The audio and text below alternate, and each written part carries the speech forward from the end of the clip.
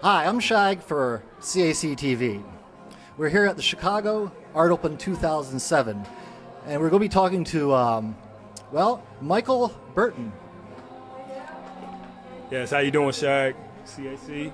It's good to be in the Art Open. This is my first exhibit, and I'm all glad and pleased to be in it. It's very exciting. This is your piece here. What do you call it? This is a piece called Let Me Paint a Picture, and it's actually a piece that was a part of my book. It's called The Struggle Through Seasons. That was self-published by me in the book. And it's really like a very personal piece about my life as an artist, and as an individual. The Struggle Through Seasons represents me, my story, as like kind of like the seasons, like the actual seasons. I feel that we go through changes just as the seasons do. So some of the themes in here we have is like the winter, we have the mountains. The winter right here, you see a dead tree branch. There was a moment like when my father passed at a very young age. He was like 38. And the mountains here, it represents challenges, everyday life. Here is the fall. There was at one point in my life where I did have a fall, and I survived cancer. And that was actually how I really got into art very serious. So from there, I just kept going because it was like art was like a therapy to me. And so I felt that this would be a good piece. And there's actually a short story to this, too. So this is the winter. This is the fall. Here is the spring. You can see the little spring blossom. And here is the summertime. So we go through our struggles, and then we have, dark nights. And then we also have days, where, things are going well. And then, some that's not going so well. But that's the piece, Struggle Through Seasons. So it was your fight with cancer that brought you into art in a serious way. Yes. Can you tell us more about that? Or is that something that's difficult for you to talk about? How long ago was this? It happened during my senior year. It was around spring break. And I remember what the doctor was saying. I couldn't go back to school because they were trying to find out what was wrong with me at the time. So ever since that year, up till I was maybe 19, I think I had maybe about a year and a half off where I didn't really have much to do but sit around. And I didn't want to grieve over cancer and going through the treatment, so I felt that I decided to go back into the painting. Because actually, I got back into it because my father was actually the first person that taught me how to draw. So I decided to go back into that, and from there it helped me to actually get through it.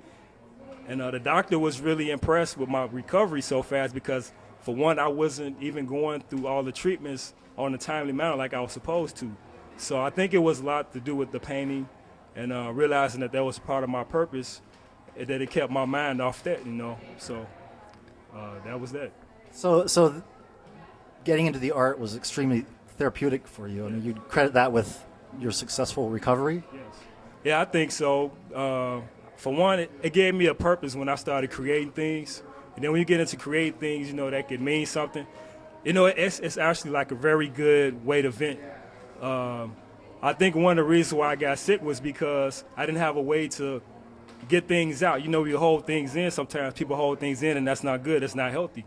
So a lot of my experiences I decided to take, whether it was good or it was bad, it was stressful or whatever, it made me feel good, I put it out on paper or on canvas. And so from there, I took something that might have been bad or something that was negative and made something positive out of it. And so I just kept going since. Okay, Michael, you have quite a web presence, and also there's a long list of credits, so to speak. Not only are you an artist, I read you're a poet, illustrator, motivational speaker. I'm very curious about that one. Author, president and CEO of the Visual Detox, or just Visual Detox. Which I think is one of the websites. So tell me about all that. I mean, you got how many different organizations going on at once here?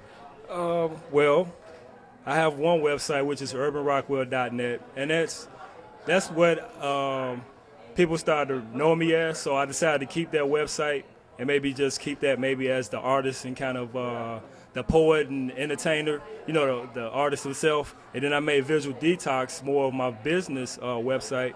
So when I get ready to sell stuff, that I can go by that name.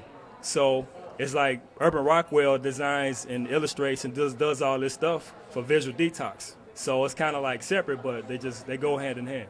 So I'm also, I'm into poetry. Poetry goes hand in hand with my work. And it started out around the time when I got ill. As I got back into art, I noticed that I got more into writing. So both of those, I think, like went hand in hand with me recovering. And learning how to express myself in other ways. And that's the good thing about art too. Sometimes you can't necessarily talk to somebody at the time. It may be an image that you see or something that you've read, that could really change your life or change your mind state at that moment. Has most of this activity been like a steady flow, or right after your recovery? I mean, just explosion of activity?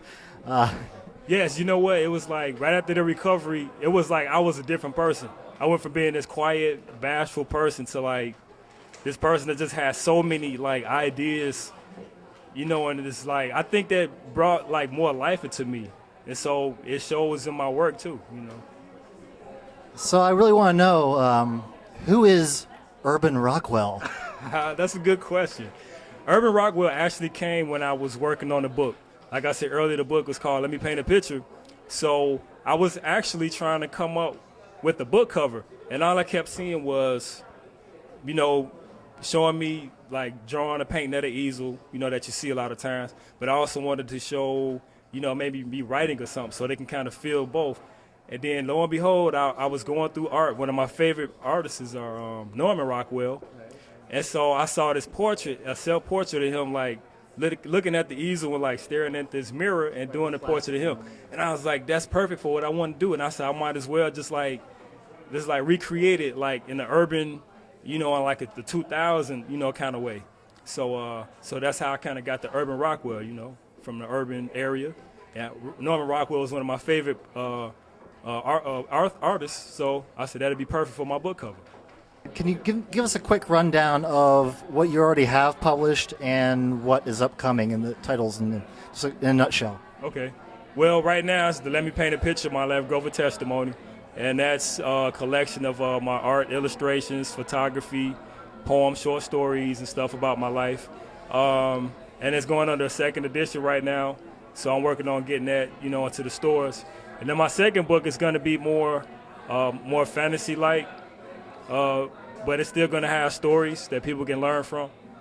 And then from there, I might go into like a graphic novel and a kid's book. So I got at least 3 books left in me. Okay, well, thank you. Should I say thank you, Michael Burton, or thank you, Urban Rockwell?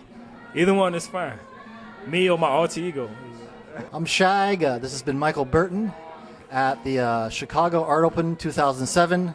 CACTV.